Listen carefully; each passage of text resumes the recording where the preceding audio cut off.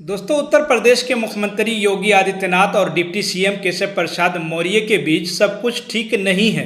पिछले काफ़ी वक्त से इस तरह की खबरें आ रही हैं और इन खबरों पर भरोसा इसलिए करना मजबूरी हो गया है क्योंकि इस दिशा में सबूत भी मिलने शुरू हो गए हैं। आपको याद होगा, अभी हाल ही में भारतीय जनता पार्टी की कार्यकारिणी की बैठक हुई थी और उसमें जिस तरीके से एक मंच पर सब मौजूद थे लेकिन बयानबाजी अलग अलग हुई, उसने कहीं न कहीं ये इशारा दिया कि ऑल इज़ नॉट वेल वाली स्थिति है दोनों दिग्गजों के बीच।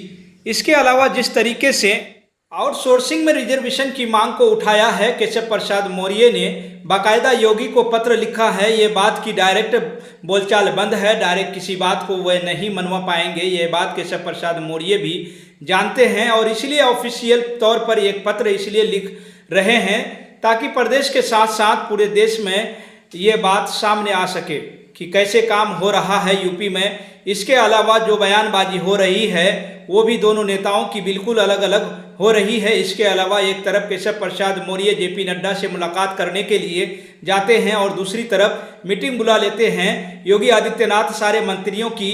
सोचिए, मंत्रियों की मुलाकात हो रही है, बैठक हो रही है और उसमें दूसरे नंबर का नेता मौजूद भी नहीं है। इन सब खबरों के बीच, इन सब से भीतर अब बड़ी खबर ये आई है कि केशव प्रसाद मौर्य ने भी अपने घर पर एक बड़ी बैठक बुलाई जिसमें उनके तमाम मंत्री और उनके करीबी मौजूद रहे, लेकिन कानों कान खबर नहीं हुई योगी आदित्यनाथ को। अब सोशल मीडिया पर भी इसी को लेकर काफ़ी चर्चा हो रही है। लोग कह रहे हैं कि आखिर किस वजह से ये मीटिंग बुलाई गई थी और सबसे दिलचस्प बात देखिए, किसी को पता ही नहीं है कि इस मीटिंग को बुलाया गया, इसमें कौन कौन पहुंचा। बस हाँ, अंदर खाने से खबर निकल कर आई है कि एक मीटिंग बुलाई गई केशव प्रसाद मौर्य के घर पर और इस सीक्रेट मीटिंग में क्या कुछ बात हुई किसी को नहीं पता।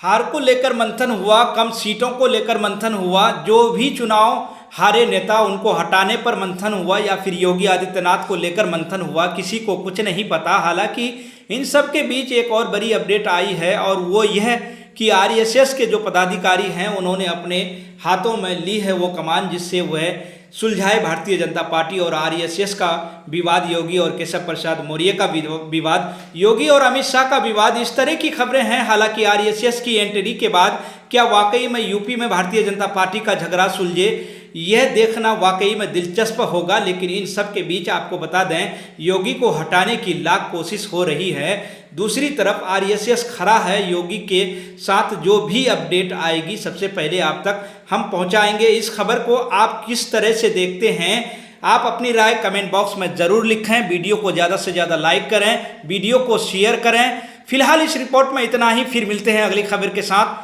आप सभी का बहुत बहुत शुक्रिया।